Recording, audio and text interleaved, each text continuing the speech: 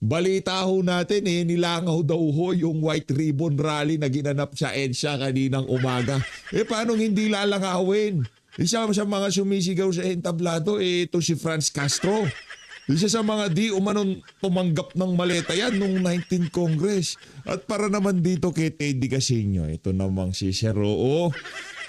Para namang kayo lang talaga ang concern sa sambayan ng Pilipino. Yung tipong walang kulay, hindi partisan yung White Ribbon Rally. Yung White Ribbon Rally, inyo na yan, walang problema. Nagalit nyo na naman itong si Attorney Harold Respicio. Pambihira talaga kayo. Dito sa video na to, pag-usapan din ho natin ng, pati mga pari naglabasan na. Hindi nyo ba kasama dyan si Father Fluffy? Malamang sa malamang, itong pari na to, galit kayo yung Father Fluffy to. Diba? Baka itong si Father Fluffy, hindi na magbibilag sa araw yun. Pambihira, alangan naman pupunta siya dyan. Mananawagan siya ng accountability na isa din daw siya di umano sa mga nakatanggap ng envelope galing sa mga Marines na bodyguard nitong si Zaldico. Isang like at isang subscribe. Masaya na ho tayo dyan at sa mga gusto sumali sa ating community, yung join button, nandyan lang ho sa baba. Wala ho tayong maraming pag-uusapan dito sa video na to. Re-recta ho tayo dito sa napaka-hype na pagsasalita nitong si Attorney Harold Respicio. Punta kami doon ngayon. Walang problema. Sabay-sabay tayo! Sisigaw! Itigil na ang korupsyon sa Pilipinas! Hindi kami magbabanggit ng BBM! Yan. Hindi kami magbabanggit ng Sara dahil alam ko Teka lang, yan nga ang problema natin, Attorney Harold. Paano natin masasabi na anti-corruption campaign yan kung walang pwedeng pangalanan? Walang problema yung paksyon nila, pangalanan nila, Sara Duterte, Sara Duterte. Yung Martin Romualdez at Marcos Jr., hindi pwede. Oo nga pala, isa sa mga baka organizer dyan, o baka talagang pakawalayan ni Marcos Jr. O sige, white ribbon kayo dyan para kahit papaano, di ba? maraming nakatanggap sa inyo mula kay BBM. Pero hindi kami magbabanggit ng kulay at ng personalidad na sinusuportahan namin. Pero ang pinakamahalaga mo sa Pilipinas ngayon, magkaisa tayo sa laban natin sa korupsyon. Kaya walang nangyayari, walang umaandar sa ating krusada para pabagsakin ang korupsyon ay lahat tayo mismo ay nagsisiraan. Isa naman ang ating objective. Yan. Kaya sa mga ganitong pagkakataon na gusto nating magkaisa, panindigan po natin. Huwag tayong ipokrito, huwag tayong plastic, maging sincero tayo. Yan. Ngayon po, nandito pa rin kami, alas 5 na. Dapat umalis na kami kanina pa, pero umaasa pa rin kami na i-welcome kami ngayon at lalapitan kami at pupunta kami doon. Sabay-sabay tayo tisigaw, itigil na po natin ang korupsyon. Dahil yan, Di ba, ganun ho lalakas ang tama nitong white ribbon na to.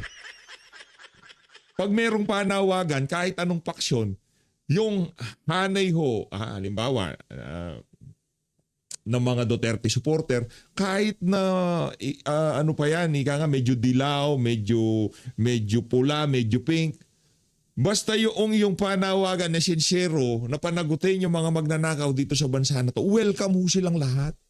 Pwede, walang problema.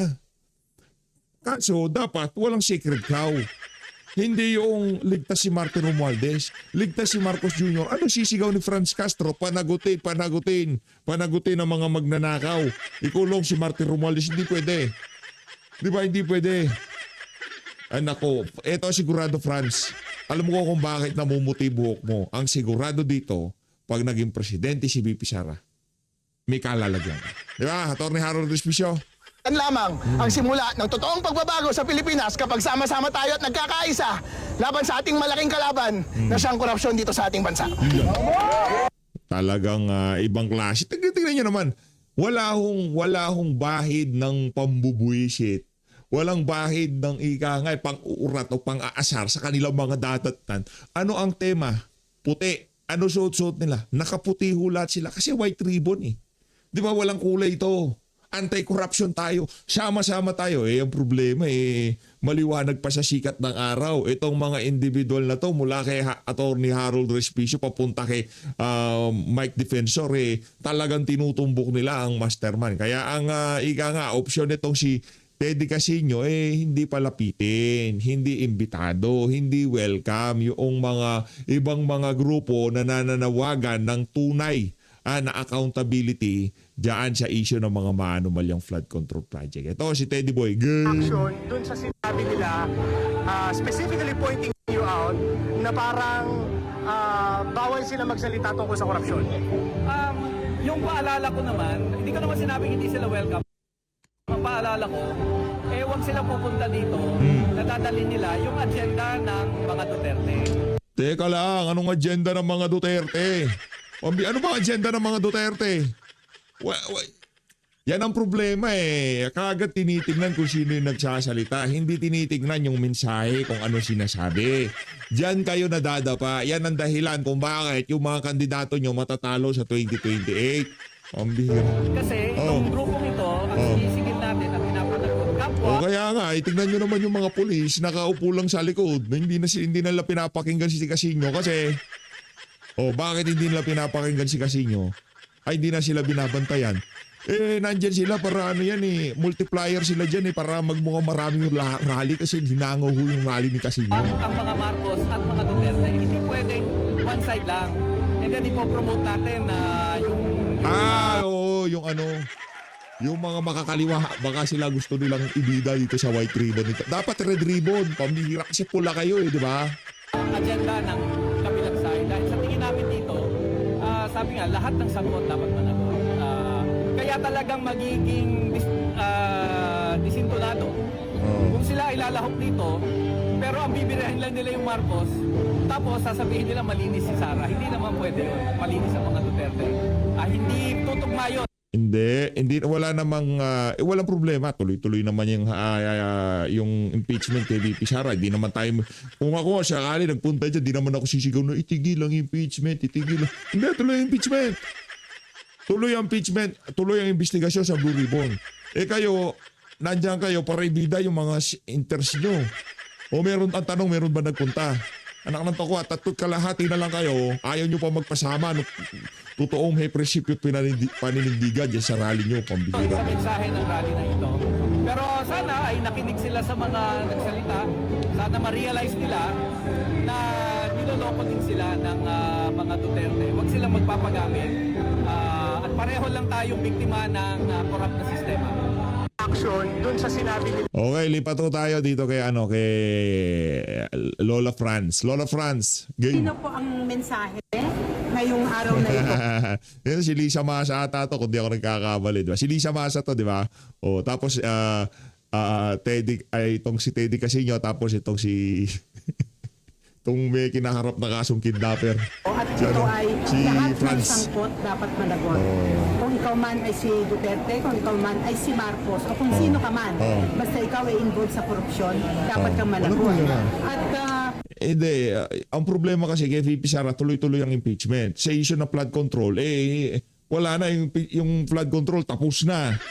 talaga walang nag-aari sa EDSA. Pero malinaw po na ating ginuguhit sa araw na ito na tayo po ay hindi tayo maka-Duterte, hindi po tayo maka-Marcos. At alam naman natin si Mike Defensor, siya ay tagapagsalita halos sa Sara Duterte. At inililigtas niya ang mga Duterte sa kanilang krimen laban sa bayan. Kaya't siya ay dapat ay irespeto ang espasyo ng EDSA doon sa mga talagang lumalaban sa korupsyon. Ano yan? Ano ba sinisimbolo ng EDSA? Tanungin kita, madam. Yaran lamang matanda ka sa akin. Ang sinisimbolo ng EDSA ay yung EDSA People Power Revolution. At sinong pinatalsik? Kanino nag-revolt ang sambayan ng Pilipino sa pamilya Marcos? Ngayon, sino ang ika nga nasa sentro nitong usapin ng mga maanumalyang flood control project na ito? Tanungin kita, madam. Ito, ang ganda pa ng ngisi nitong ahali na to. Sarap. Diba? Sarap pakainin na sabay. Diba? Yang mukha na yan, partida ha. Partida, yang mukha na yan, pambihira. Diba, sinong nasa sentro ngayon nitong usapin na to? Marcos Jr. Administrasyon nitong si Marcos. Ngayon, nandyan na naman kayo. Kaparehong apelido, administrasyon, di ba? Kaparehong problema at sakit. Tapos yung mga nananawagan na ituloy ang investigasyon para mapanagot yung mga kurakot ay hindi nga pala pwede. Isa daw di umano sa mga envelope. Nabigyan ng envelope ng 18 Marine. yung mga bata nitong si Zaldico. Oh, eto ho, si Father, kay Father naman tayo. Ano naman kayang ibibida ni Father dito? Game! Ang Iglesia ni Cristo kasama po ba rito? We invited them. O, yun na pala eh. Hindi ko lang alam if they will come. Invited naman pala yung Iglesia ni Cristo eh. Pambihira, bakit Sila sumagot sa invite ninyo? Sabi nila they will not end there. They will not stop kung sino mga kasapi nila na gusto sasama. So in other words, merong kanya-kanya. Pero sino yung mga short hindi pipigilan yung mga... ayos. na lang na grupo? Sino po yung mga short na grupo na Naku, pumunta hindi po? ko memorize na pakarami. Okay. Pero may mga Muslim from Oo, may mga Muslim yan. Christian. Oo. Father, kung ako sa inyo, kausapin nyo si Father Adik ay Father Flavi, no? Yun medyo ika nga di umano nalangisan yun, kaya talagyan ng linangisan yun eh. Binautismuhan ng mga maleta. Punta na ho tayo dito no? Pangalan to, itong si Attorney Topacio. Akala nila magaling ako. Baka ganon. Kasi magaling talaga kayo. Okay, so... Magaling mga asar. That too. Oo. So, paano po ito?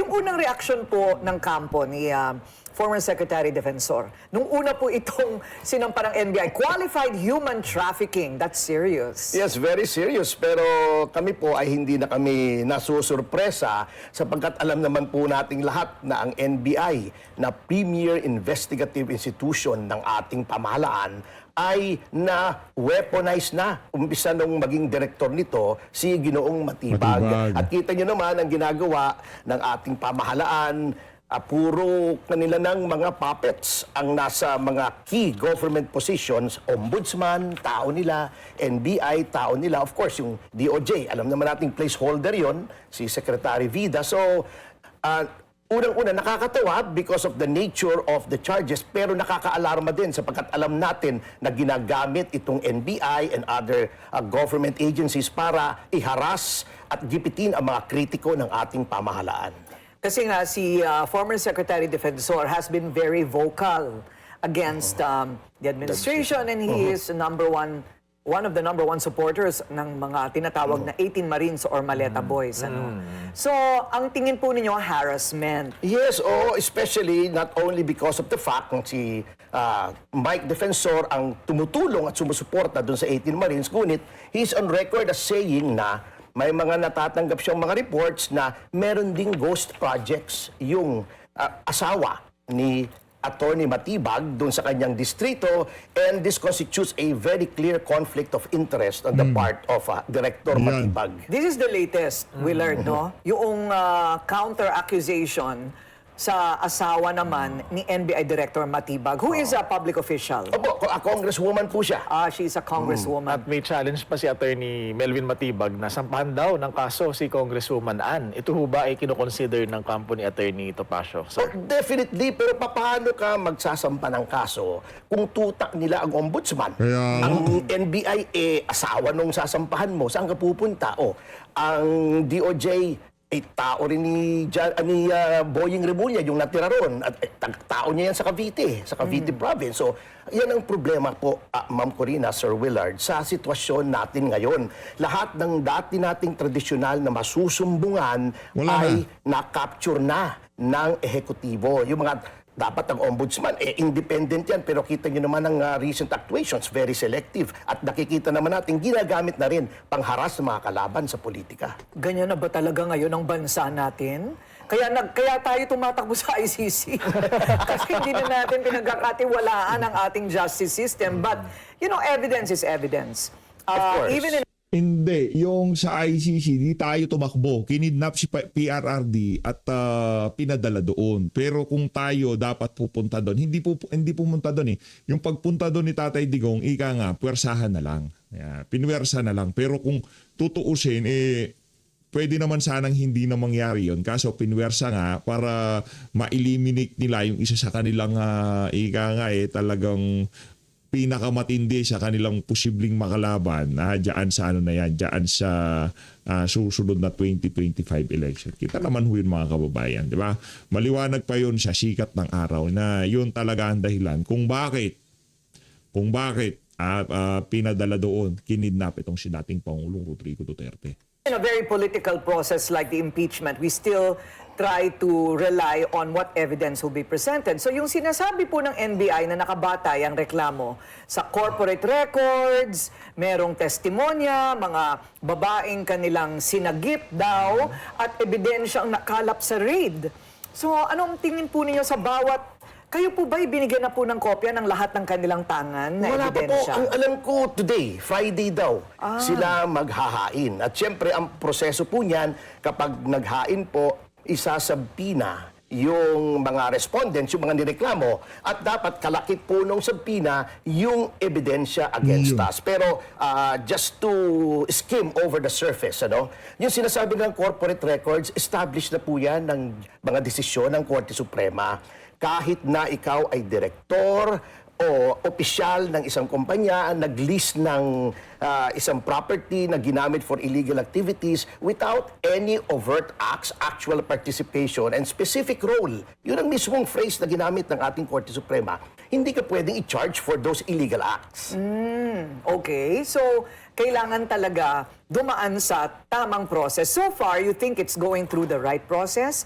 Well, aside from trial by publicity, no? Yun nga nakakatawa nga kasi sasabihin nila, ngayon may disclaimer sila, everyone is presumed innocent daw. Pero ang actuations ng direktor, parang hinusgahan na niya na guilty na si Ginoong Defensor. So, alam niyo, this is a hypocrisy of the highest order. At nakakalungkot na yung ating NBI has gone down to that clutter level na talagang inquisitorial na, hindi na prosecutorial or adversarial. Attorney Ferdy, ano naman ho ang paliwanag ninyo sa alegasyon na konektado daw si former Congressman Mike and his family sa operasyon ng nightclub at hotel? Wife and child, because their names are in the papers of ownership. Yun nga, mismo po, yun ang sinasabi ko na that is not enough. In Calalo versus Ombudsman, even yung leading case ng ABS-CBN versus Gozon, yung nagdemandahan sila ng estafa, sinabi, just because you are an officer or the chairman of the board, hindi po ibig sabihin noon, involved ka. Case in point po, actual case na hinandle ko. Yun pong Ayala Alabang drug den na ni-raid ng pulis na di umano'y manufacturing ng shabu ang nagaganap. Ang may-ari po noong nirerentahang bahay na yon ay si former Senator Jambi Madrigal. Pero hindi naman po chinarge si Jambi Madrigal dahil nakita nila na although nag-lease, wala naman pong alam si former Senator Jambi sa mga nangyayari doon. So ganun po ang prinsipyo because these are not light charges. These are serious and grave charges. You cannot just casually say na, uy, ikaw ang opisyal nitong kumpanya, kasangkot ka dyan. So may nagre-renta po ba doon sa establishmentong yon? Opo. May nagre-rent. Opo, I'm familiar with that kasi nandoon din po yung opisina sa area na yon, yung Pax Libera na mining ni Secretary Defensor. Noon po kami nagmi-meeting tungkol doon sa mga ginagawa naming mga activities against corruption. Meron doong Starbucks, merong Korean restaurant, merong convenience store. Marami po ron. Meron yung Blue Bar na pumupunta ako ron for a few drinks after mag-meeting. Yun pong sinasabi nilang Chicago na prostitution din daw. May label yun at anyone can go in and out of the place. So someone else is renting that Yes, particular opo. Kasi space. I don't know if Secretary Defensor is renting the area or he owns it, but he's letting out yung mga iba-ibang parang mga stalls or mga commercial Tenants. spaces doon. Iba-iba pong tenants doon. At puro legitimate tenants po yan. At iba ang may-ari noong bar? Opo, definitely. Lumabas ba yung pangalan nung totoong may-ari nung bar? Hindi pa. ako po alam kung inilabas ng NBI, pero kami naman po, since kami yung inaakusahan, we will let them lay out the accusations and we will respond in the proper time and at the proper forum. Oo. So this is all to presume that establisado na talagang meron pong nangyayaring bayaran na may kapalit na babae, no? Hindi po natin alam. Kasi Oo. hindi po alam yan ni Secretary Defensor. Ang nakakaalam lang yata si Atty. Matibag eh. Kasi siya yung nag-surveillance daw, yung NBI, sila nag-grade, etc. But ang sa akin nga po, Ma'am Corina, Sir Willard, assuming without conceding na merong prostitution going on, hindi ibig sabihin yung may-ari ng establishment ay May kinalaman. Case in point, halimbawa sa Soler, di ba maraming kwarto yan. O let's say may nag-rent dyan na isang foreigner, or even a local, at prostitution happened in that room. Ibig mo man sabihin, yung may-ari ng Soler, si Enrique Razon, ay guilty of human trafficking. Yun po ang prinsipyo dapat natin Correct. sundin dyan. Yan. Okay, until and unless mayroong mga testigo na magsasabing mismo pong yung anak ni Secretary Defensor po ang bumugaw sa akin. Excuse me for the term. Is there any other term? Wala, Tagalog? oo. Wala po, di ba? Bumugaw talaga yung ginagamit dyan. So, yung anak po talaga ni Secretary Defensor ang bumugaw sa akin dyan. But, as you said a while ago, what if they come up with witnesses? Yung 50 babae na supposedly kanilang sinagip, at banggitin po yung pangalan mismo ng pamilya ni Secretary Defensor. Well, as the old saying goes, we will cross the bridge when we get there. Lamang, aside from the ulterior motive ni Director Matibag na ipitin si Mike Defensor, dahil nga pinoprotektahan niya yung asawa niya, eh siyempre alam naman po natin na kapag ikaw ay tinarget ng NBI, katulad nung ginagawa ng NBI sa iba, katulad ni Jinggoy or ni Bong Revilla, at kapag pinresure ang isang witness, napakadaling mag-produce ng witnesses eh. Kapag they are in trouble, you can be granted immunity, you can be given concession. So, let us see kung anong kredibilidad pa rin ng witnesses na yan. Because, sabi nga po ni Chief Justice Fernando ng Supreme Court sa isang kaso, accusation is not synonymous with guilt. It still has to go through the process. Attorney Ayan. Ferdy, i-honor ho ba ni Congressman Mike ang sabina ng NBI kapag dumating na ito? Well, kukonsultahin niya siyempre ang kanyang mga abogado. Hindi lang naman po ako yung kanyang mga abogado. May mga abogado ba siyang mas magagaling at mas matatangkad? So siguro ay mag-uusap po kami, and definitely if there is a need to respond to these ridiculous charges, then we will do so. So why did he not attend the first hearing of the NBI? At tungkol po yun doon sa yung alam ko hindi niya inatinan, yung tungkol doon sa 18 Marines. Opo, kasi umattend na po siya dati. So sinabi po doon nung kinausap ko yung investigador, is my client being investigated for a crime? Sabi nila, hindi. Anong gusto niyo mangyari? We want to establish his identity, etc. Sabi ko, ibig niyo sabihin, you have doubts as to whether that person in front of you, Secretary Mike Defensor? Okay. Sabi ko, if you have questions, ask him now. Sabi ng investigador, wala po kaming questions. So, then, uuwi na kami at umuwi na nga kami. Then later on, another subpoena was issued, cut and paste. Yun na naman, pumunta naman po ako to give respect to the institution. At sinabi ko, parang harassment na ito eh. Kasi ano ba naman itong inyong subpoena, cut and paste, iniba niyo lang yung pecha at ang contention po namin, the NBI is being deputized by the Ombudsman to gauge the credibility of certain witnesses. Unconstitutional po yun. Because that destroys the independence of the Ombudsman. The Ombudsman should make its own determination because under the Constitution, being an independent body, if it relies on the discretion of an executive agency, which is the NBI, it destroys the independence of the Ombudsman. Ayun, so... Tama ho ba, Attorney Corina, na itong balak isampa na kaso ng NBI ay non-bailable human trafficking? Definitely, oo. Kasi nga, ang sinasabi nga ni Secretary Mike, talagang tina-target siya for a non-bailable offense. Kita nyo, sinasangkot din siya. Yung nag-contribute lang siya sa kampanya ni Senator Marcoleta, plunder na, which is also... Non-bailable. Actually, the term non-bailable is a misnomer. Lahat po pwedeng i-bail. Ngunit, pagka-capital offense, bail is a matter of discretion. Kailangan pumayag yung court. Pag hindi capital offense, bail is a matter of right. Whether the court likes it or not, it has to grant bail. So, yun po yun. So, I would say, this is a case where bail is a matter of discretion. Ayun. And because you think that all these guys in our justice system are for the administration and their interests, baka hindi mabigyan ng bail. Ay, opo. Ang inyong kliyente. Ay, hindi naman. We still believe in the independence of the judiciary, pero nakikitang-kita naman po natin ang pattern.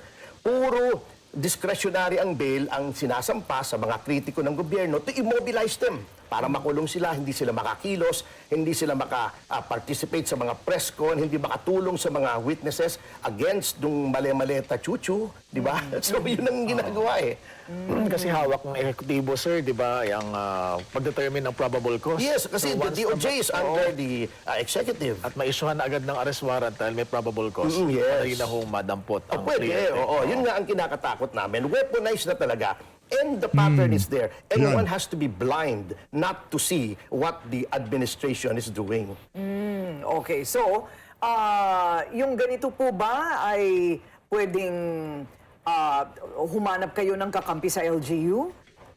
Yung sa Sa local Pasig? government? Oo. Hindi po Well, ba sila dapat ang nakakaalam na nangyayari dyan? Well, we will try to prove kasi isa sa mga sinasabi nila, may mga deviation daw from the building plan, administrative offense lang naman yun. O sinasabi nila may secret passage daw sa likod, fire exit yun eh. Meron ba naman fire exit sa harap? Kasi exactly, ang fire exit is, halimbawa nasusunog sa harap, dapat sa likod ka. Alam nga naman na sa harap din yung fire exit, hindi matatrap ka. Pero hindi po ba Oo. paakyat daw? Hindi palikod, paakyat na may kurtina. Yun nga ang sinasabi nila eh. Hindi nga natin malaman. I mean, these circumstances are subject to different interpretations. It is up to the person making the accusation to prove that all these acts were made for the purpose of an illegal act. And number two, na si Secretary Defensor ay may kinalaman. Kasi yung definition ng qualified human trafficking, may doctrine of scienter. Ibig sabihin, you knowingly leased your property with the awareness that it will be used for illegal purposes of human trafficking. Kung nilease mo lang, katulad ng example na sinasabi ko po ma'am kay Senator Madrigal, hindi naman niya alam, may umupa.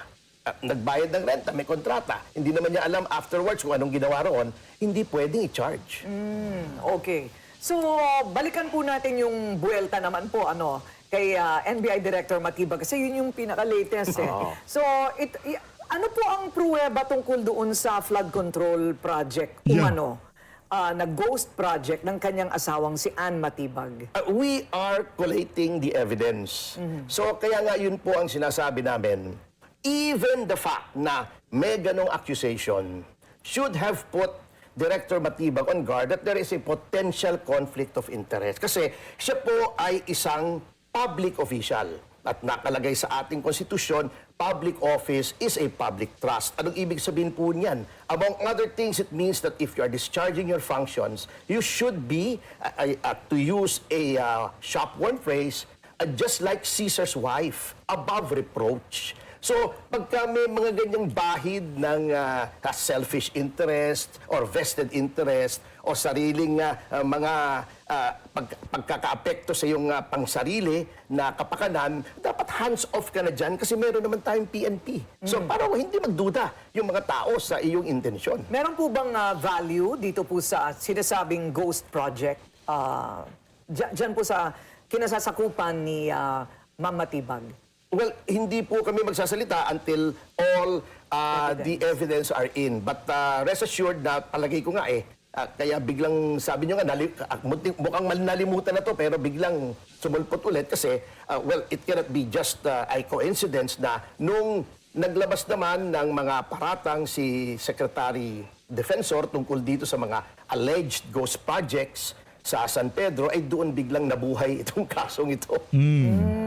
Okay, so kayo po ba'y magsasampa ng kaso o laban din kay Ginoong Matibag dahil sabi nga po ninyo walang basehan ito pong mga pagsusubpina dito kay Ginoong Defensor? We will adopt a wait-and-see attitude kasi katulad po ng sabi ko, wala pa po sa amin yung kopya at hindi pa namin alam kung sino mga witnesses na may affidavits doon, sino naggawa ng affidavit complaint or affidavits complaint.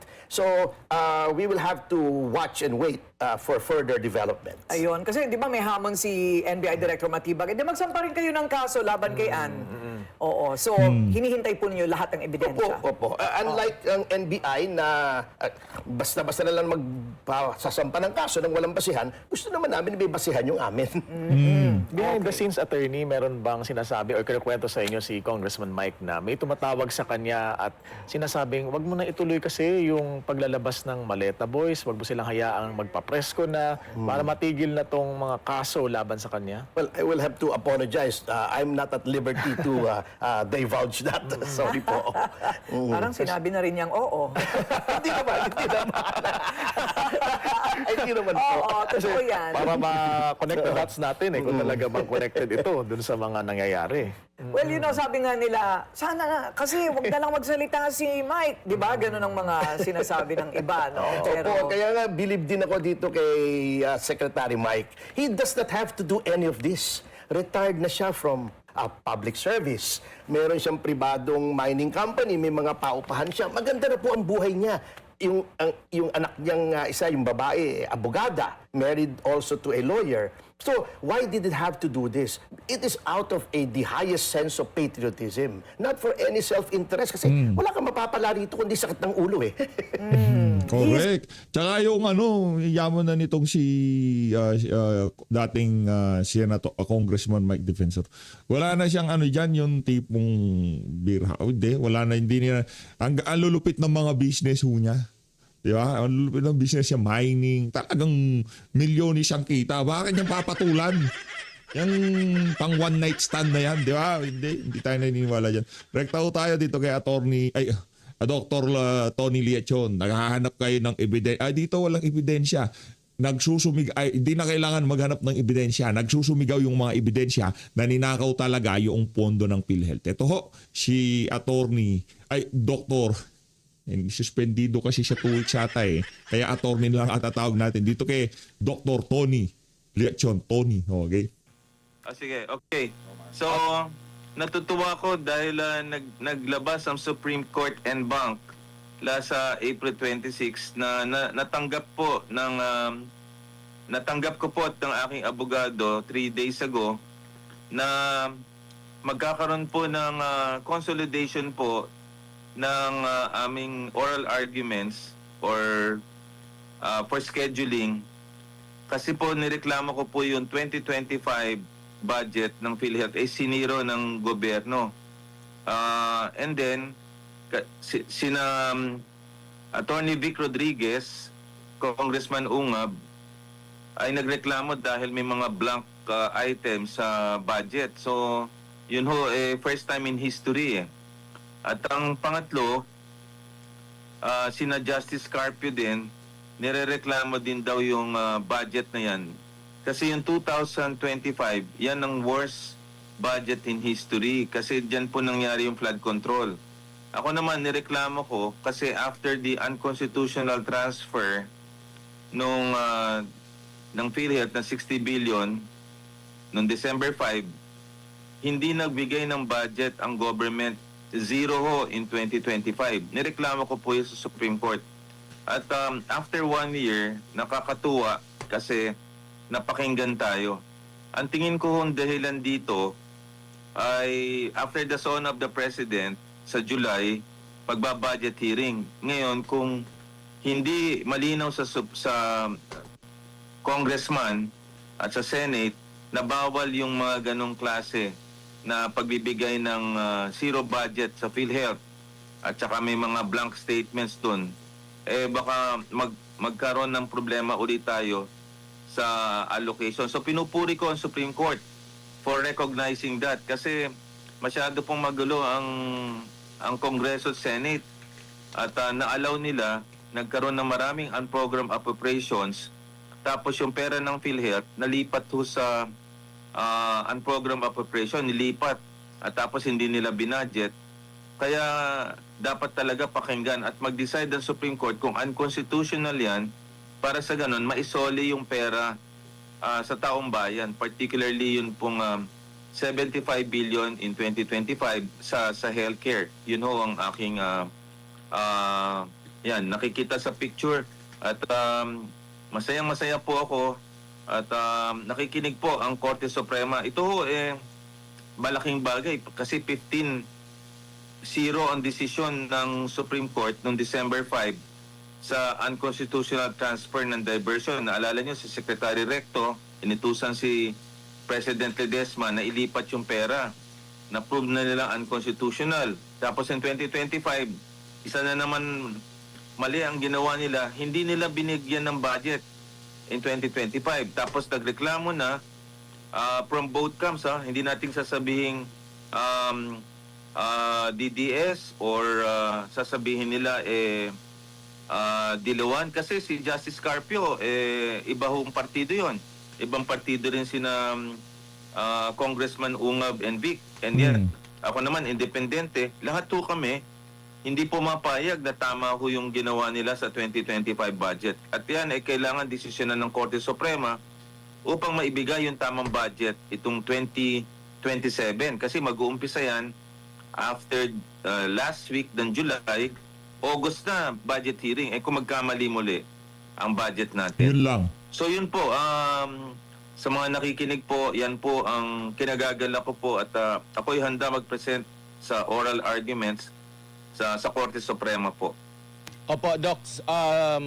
Kung baga, hindi malayo yung posibilidad, lalo na kung wala pang mga desisyon, pinal desisyon ng Korte Suprema ukol dito, hindi malayo yung posibilidad na baka may gagawin naman sila, lalo na for 2027 budget na itinituring na election budget.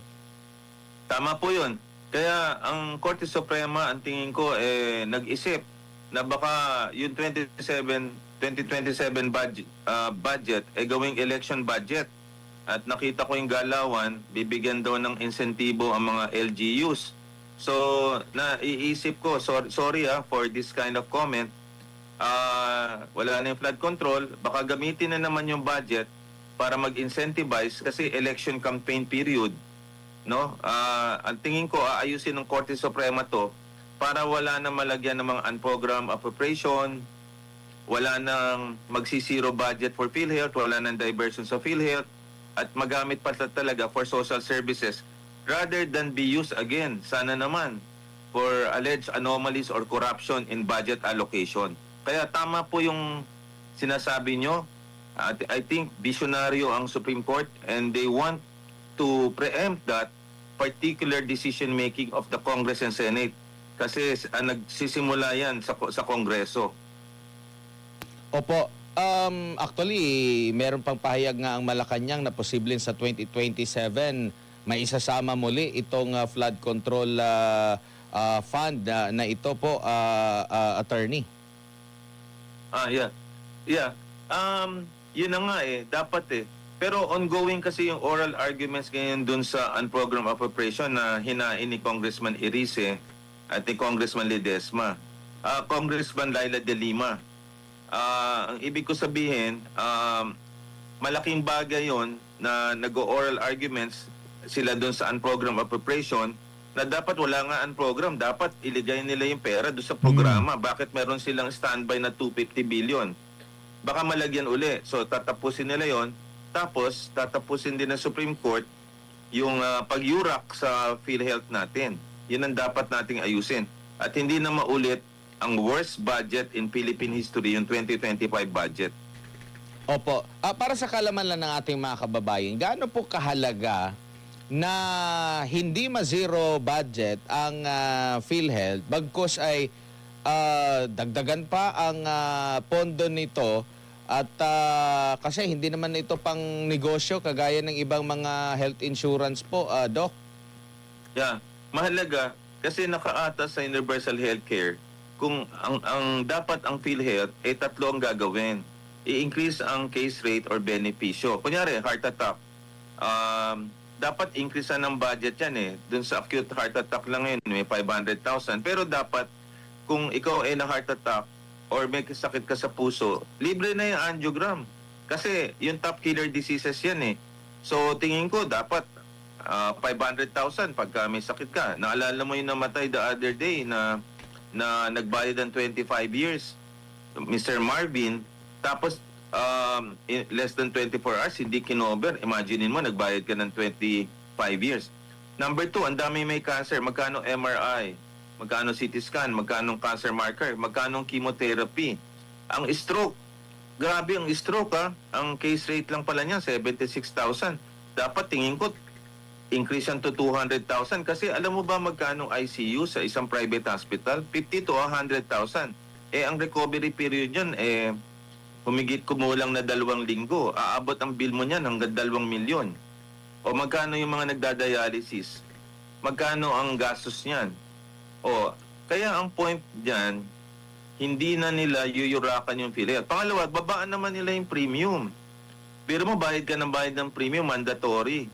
Tapos, hindi naman pala tayo makakakuha ng tama. At tapos, ang out-of-pocket expenses, almost 60% na. Tapos, ang dami-daming guarantee letter. Alam mo, ang daming hospital ngayon na ang pasyente 3 buwan, 4 na buwan na sa hospital dahil walang maibayad. So dapat taasan ng budget. Sabi ni Edwin Mercado, yung presidente ng PhilHealth, 300 billion daw ang budget niya. Tingin ko dapat 400 to 500 billion para yung mga pasyente, ang bayaran lang mga 20% lang para matapos itong legasiya ni President Marcos, makabawi man lang sila sa pagyurak nila sa Philippine Health Insurance Corporation. Yun ang dapat gawin. At i-recast nila yung budget. Huwag na yung mga flood control kasi alam natin gino-ghost yun Ang dapat yung tatama talaga sa tao. Yung kalusugan, edukasyon, food security, at saka tungkol sa ekonomiya natin. Ang tingin ko, bawasan na yung mga flood control na yan kasi nakokorap yan At ibuhos na natin sa kalusugan. Lalo na in times of after the pandemic at saka sa energy crisis. Opo, Doc, CMJ po ito. Sinabi kasi ni Secretary Recto na aprobado o legal ayon sa DOF ang paglilipat na nasabing excess funds. Excess funds po yung term, Doc. Meron ba talagang excess funds? Kasi di ba dapat pag excess funds, mapupunta lahat sa mga benepisyaryo, sa lahat po ng mga pasyente, itong pera na ito. Hindi po ibalik doon sa kaban. Okay. MJ, I beg to disagree respectfully kay Secretary Recto kasi napatunayan na Korte Suprema na unconstitutional yun Ang pagkakamali ni Executive Secretary Recto, gina-justify pa niya. Unconstitutional transfer na nga Kaya nagpahayag ako ng paghahabla sa kanila sa Ombudsman kay Secretary Recto, Presidente Ledesma, itong si Mercado, si Amena Pangandaman, Toledo, si Ted Herbosa, at saka yung PDIC na 107 billion. Alam mo, ginamit lang nila yung provision, yung rider provision, 004, na pag may excess funds ka, pwede mong kunin. Hindi yata naintindihan ni Secretary Recto na dating senador na ang syntax funds ay earmark. Ang ibig sabihin nun, Secretary Recto, if you're listening, ang ibig sabihin po nun, hindi nyo po pwedeng kunin ang pera ng PhilHealth at ang tawag po dyan ay technical malversation, Article 220 at saka plunder kasi lampas po ng 50 million. So kung naging senador po kayo at hindi nyo naiintindihan yung pinasang bastas na yan, kayo po ay accountable for the country. At dapat hindi na po kayo nagdidepensa sa sarili nyo kasi may constitution po December 5 saying that the diversion of 60 billion is unconstitutional. So wag na natin lokohin ng taong bayan. Sabihin natin na mali po kayo at yung case natin sa husgado na sa ombudsman, yung dalawa na dismiss, yung akin hindi pa kasi I filed it May 25. Kaya I respectfully disagree with Secretary Recto not to confuse the public about this kasi nag-decide na po ang Korte Suprema regarding this. Opo, sinabi po ni Secretary Recto, Doc, and I quote, "The statements and findings regarding this issue have been consistent. What is important is that PhilHealth's operations and the services provided to our fellow citizens were not affected." End of quote. Ano masasabi mo doon, sir? Malaking kasinungalingan yan. Affected ho ang mga tao.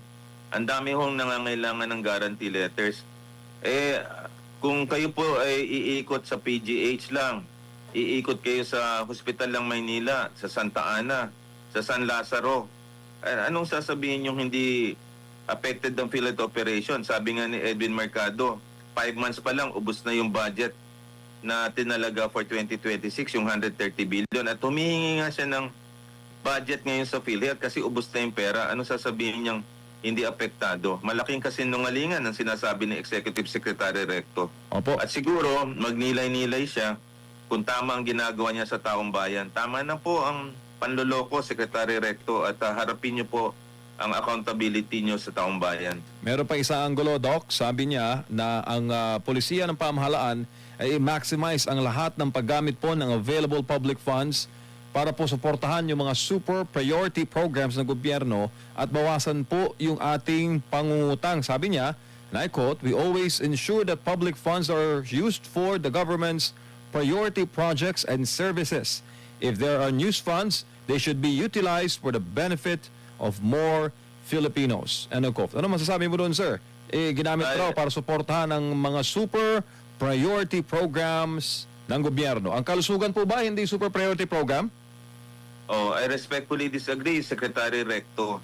Kasi ang fiscal responsibility or fiscal space, may hihigit pa ba yan sa kalusugan? Pangalawa, ibabalik ko yung question.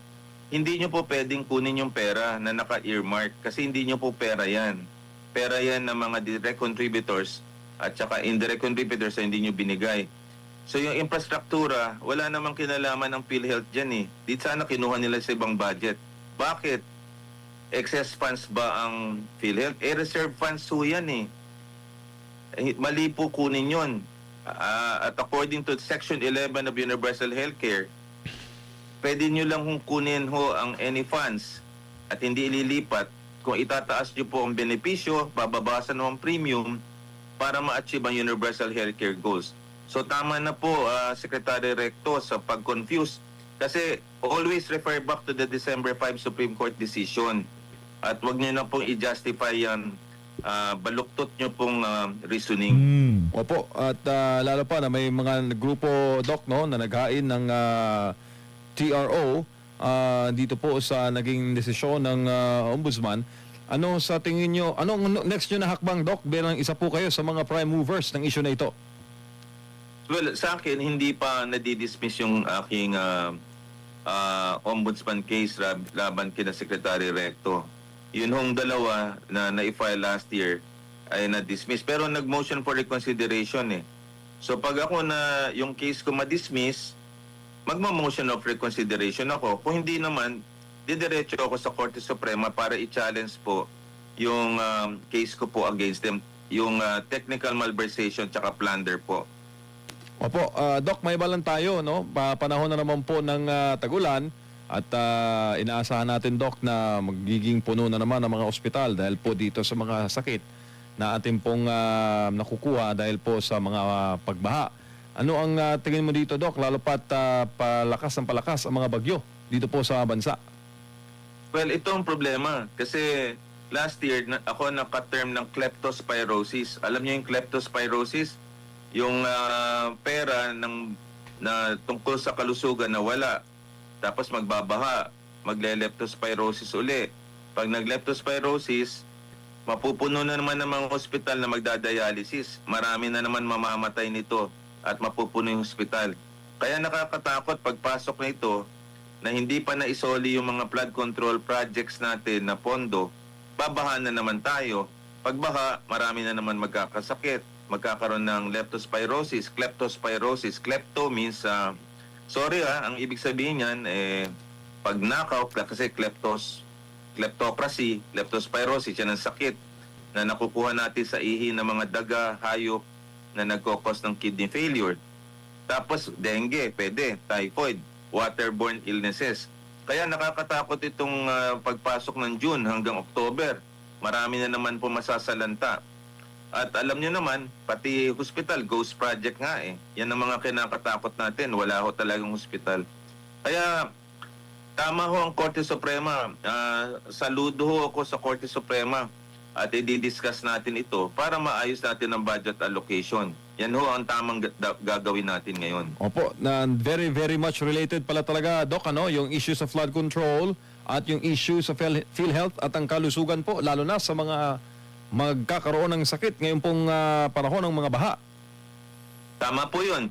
Kaya sa mga kababayan natin, mahirap po kayong mako-confine. Pag ho nagtag-ulan, huwag ho kayong magpapaanod. Magbota kayo o huwag na kayo umalis ng bahay kasi delikado po kayo eh. Dito sa amin, dito kami nagtatrabaho sa Top Avenue. Nako po, hanggang bewang po ang tubig dito. So, marami sa ating mga kababayan ang nagkakaroon ng leptospirosis. Kaya, ito pong pondo sa PhilHealth, ito pong pagbaha, kalusugan, magkakaugnay po yan. Lalo na in a country na devastated by 21 typhoons a year. Kaya, dapat to pondohan natin ito, lalo na itong tag-ulan. Opo, Doc, mensahe po ninyo sa ating mga kababayan. Ngayon pong nababalo tayo ng iba't ibang mga hamon sa ating bansa. Mga kababayan, ako po ay nagsasalita bilang isang Pilipino. Alam nyo, gamitin nyo po yung social media right now to speak up. Hindi ho tayo dapat ho Ayun na nga mga kababayan, dito na natatapusin ang ating reaction video. Maraming salamat sa pag-support sa page update. Mag-ingat po kayo lahat ng nating Pilipinas.